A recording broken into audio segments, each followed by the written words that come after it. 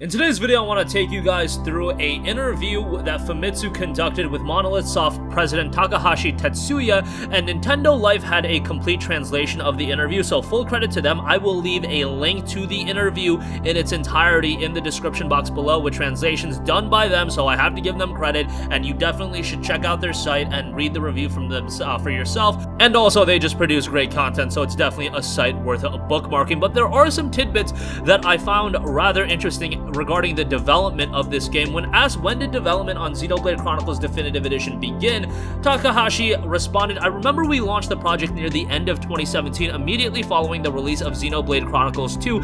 At the time, development of Torna, the Golden Country was in progress, so production of both projects was simultaneous. A planning document was created while Xenoblade Chronicles 2 DLC was being produced and was completed around May of 2018. We officially started development in August of 2018 after development of Torna, the Golden Country wrapped up.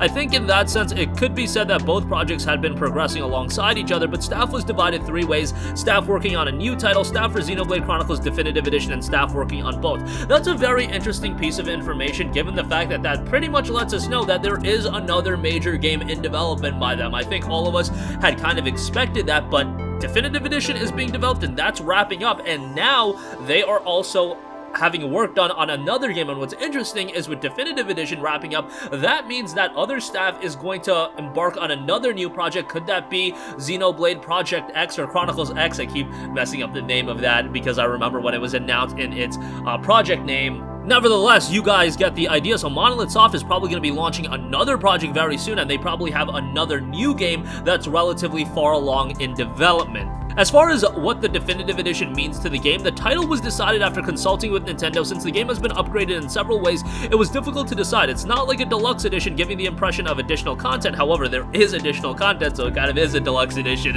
in a sense. But instead, we decided on Definitive Edition, which is the final version, which respects the original. Obviously, a big point that Xenoblade Chronicles Definitive Edition has going for it is the visuals. Xenoblade Chronicles was released on the Nintendo Wii. The Nintendo Wii wasn't even an HD console, it was still operating in SD. The original game was originally released for the Wii. It had SD quality graphics. In this remastered version are graphics, assets, and other elements newly created for HD. Takahashi noted, unsurprisingly, production costs and development time are a limitation. There was no way to recreate everything from scratch. Therefore, we would create anew and not. In particular, weapons and equipment, enemies and map models, among other assets, were limited to texture updates, and there were texture upgrades for shaders, the faces and hands of player and key characters, new equipment, and the Monado. We recreated cutscenes and facial animations for scripted scenes. Although a line was drawn, staff showed their commitment to the project, and assets such as enemies and map models that had not initially been planned to be upgraded received upgrades here and there. Although these updates aren't built from scratch, it would be nice if you could tell the difference. Now, the issue with building something from scratch is that is going to increase development time by an exponential degree. They got this game done. It went in development in August of 2018 and it's done by May of 2020. Yes, that's a little bit longer in the sense of this game is a definitive edition with a lot of content, and definitive editions, generally speaking, probably don't usually take 16 months to develop. However, this one, because it does have Future Connect and they've made so many refinements, it does take a little bit longer, but in the grand scheme of things, 16-month development window is absolutely nothing. That is just a drop in the bucket for developing a brand new game from the ground up. I know sports games are released yearly, but let's be real about sports games. They are fundamentally building upon one another, and it's a lot easier to get those games out yearly versus a big grandiose JRPG. How long did it take to remake Final Fantasy VII? Yeah, I rest my case. It takes quite a while if you're trying to build something from the ground up. Famitsu also asked, while updating graphics to HD, the user interface was also being modified. Could you tell us the idea behind the changes and where they took place? Takahashi noted, regarding the UI, in addition to being easy to understand, there was an additional concept UI for a seamless experience. To this end, users would not be inhibited by large amount of content being thrown at them.